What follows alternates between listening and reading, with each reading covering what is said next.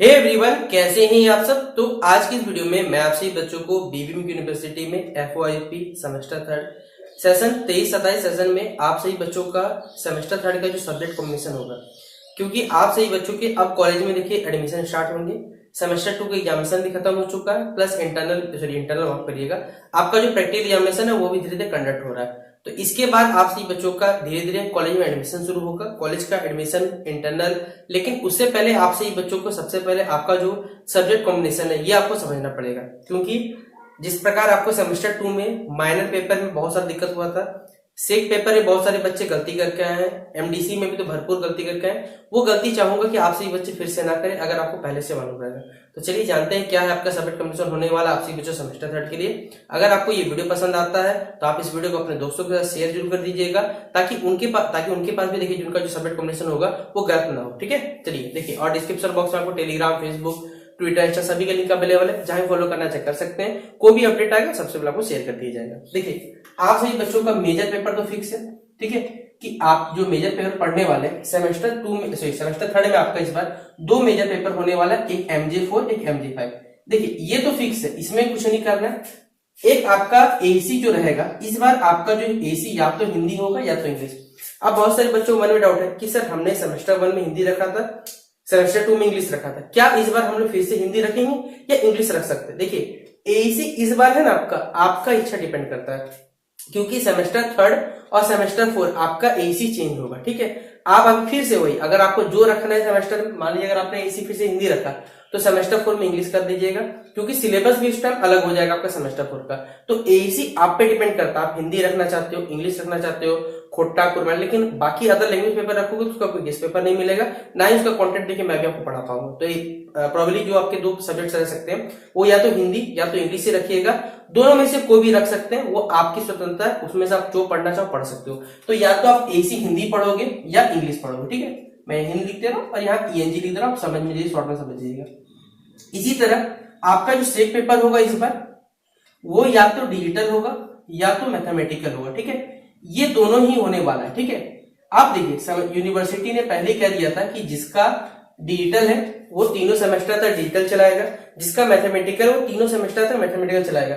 लेकिन कुछ बच्चे बहुत ज्यादा काबिल बनते हैं तो उन्होंने अपना किसी में सेमेस्टर में मैथमेटिकल रखा, इस बार डिजिटल रखा। तो भाई आप लोग को भविष्य में जो भी गलती हुआ है ना, जिनका जो भी सब्जेक्ट कॉम्बिनेशन गलती हुआ है सबको पेपर देना पड़ेगा, रखिएगा, वरना आपका जिस दिन डॉक्यूमेंट चेक होगा ना, या आपका यूजीसी की गाइडलाइंस के हिसाब से चेक हो क्राइटेरिया ना, तो आपका डिग्री इनवैलिड कर दी जाएगा, क्योंकि क्राइटेरिया कुछ और बोला जाता है, आप लोग मानते कुछ और हो। आप लोग को बोले सर यूनिवर्सिटी तो कुछ नहीं बताता, भाई यूनिवर्सिटी नहीं बताता तो हम तो आपको बताते आके, और उतना भी अगर आपके पास समय नहीं है तो फिर भैया आपको ग्रेजुएशन करना नहीं चाहिए, आप सीधा सीधी जाओ किसी प्राइवेट यूनिवर्सिटी में डिग्री ले लो, कुछ नहीं करना होगा आपको, इतना माथा खराब, सबसे अच्छा। ठीक है, देखिए एक सेक पेपर हो गया, एक रहेगा आपका एमडीसी पेपर, जो कि सेमेस्टर 1, सेमेस्टर 2 और सेमेस्टर थर्ड, ये तीनों में ही देखिए आपका अलग अलग चलेगा। ठीक है, यानी 1 वाला 2 में रिपीट नहीं हो सकता, 2 वाला 3 में रिपीट नहीं हो सकता। तीनों सेमेस्टर के लिए आपको अलग अलग एमडीसी पेपर का चुनाव करना होगा, ये कंडीशन था, और ये तो आपको सेमेस्टर 2 में मालूम था। बहुत सारे बच्चों ने सेम ही रख दिया था सेमेस्टर 2 में एमडीसी पेपर जो सेमेस्टर 1 वाला था, कुछ ने तो अपने स्ट्रीम का ही रख दिया, तो उन महान अनुभवों को पेपर देना पड़ेगा, ये मत सोचिए कि नहीं देना पड़ेगा। ये तीनों जो एमडीसी पेपर आपका रहेगा ना, बेसिकली ये तीनों एमडीसी पेपर आपको अलग अलग रखना है। आप जिस स्ट्रीम के हैं, यानी अगर आप साइंस स्ट्रीम से बिलोंग करते हैं तो आप साइंस वाला छोड़ के कॉमर्स वाला, या तो आप आर्ट सेक्शन में से जो भी रखना चाहे आप रख सकते हो, वो आपकी इच्छा करती है।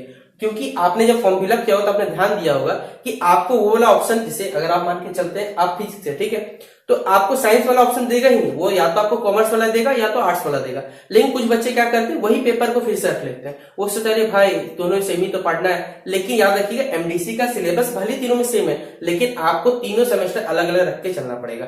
तो आप जिस स्ट्रीम के उसे छोड़ के आप बेसिकली वही रखिएगा, सेमेस्टर 1 वाला 2 वाला मत रखिएगा, 3 वाला अपने स्ट्रीम को छोड़ के दूसरा कोई रख लीजिएगा, जो आप पे डिपेंड करता है। ठीक है, एक इसी तरह इस बार माइनर पेपर में भी गड़बड़ी नहीं करिएगा।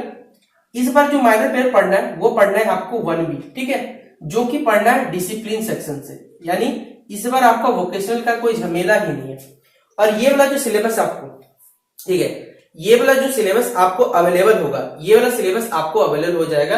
अगर आप चेक करिएगा तो शायद मे बी ये सेमेस्टर 2 वाला में दिया हो, ठीक है, मैं वो देख लूंगा कंफर्मेशन के लिए सिलेबस कहाँ दिया हुआ है। ये सेमेस्टर 2 वाला में आपको -1B का सिलेबस मिलेगा।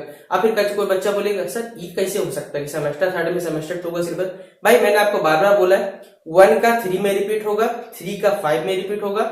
सेमेस्टर 2 वाला जो रहेगा ना आपका, सेमेस्टर 2 में आप नया माइनर पेपर रखते हो, जो माइनर पेपर 2 वाला रहेगा वो 4 में रिपीट होगा, 4 वाला 6 में रिपीट होगा, अल्टरनेट चलता है, ठीक है। ऑड वाला ऑड में रिपीट होगा, इवन वाला इवन में रिपीट होगा। इसीलिए आपका सेमेस्टर 1 का जो माइनर पेपर था वही सेमेस्टर 3 में भी रहेगा, लेकिन 1B का सिलेबस आप लोग फॉलो करिएगा। ये नहीं कि अपने मन से अब कोई माइनर पेपर रखना, नहीं, सेमेस्टर 1 में आपका जो माइनर पेपर था उसी को रखिएगा, वरना फिर आप लोग गलती करिएगा। तो इस प्रकार से आप लोग देख सकते हैं आपका 6 सब्जेक्ट कॉम्बिनेशन ये बैठता है और इसी के सपोर्ट से आपको ग्रेजुएशन पूरा कंप्लीट होगा। तो आशा करूंगा कि आपको अब सब्जेक्ट कॉम्बिनेशन अच्छे समझ में आ गया होगा। अभी आप सही बच्चे जो भी वीडियो को देख रहे हैं अपने दोस्तों को शेयर कर दीजिएगा, और जो बच्चे अभी लापरवाही बरत रहे हैं ना भाई, उनका भविष्य बहुत अंधकार में, ठीक है, क्योंकि वो अभी मजाक में ले रहे हैं ना, भविष्य में उनको फिर जब ग्रेजुएशन कंप्लीट होगा फिर से यूनिवर्सिटी पेपर कंडक्ट रहेगा, 650 रुपए 700 रुपए फॉर्म फिलअप करेगा तो उनको फिर पेपर देना पड़ेगा।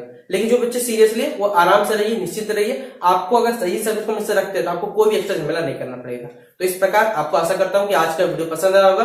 वीडियो पसंद आया तो शेयर कर दीजिएगा। बाकी मिलते हैं नेक्स्ट वीडियो पे, तब तक के लिए जय हिंद, जय भारत।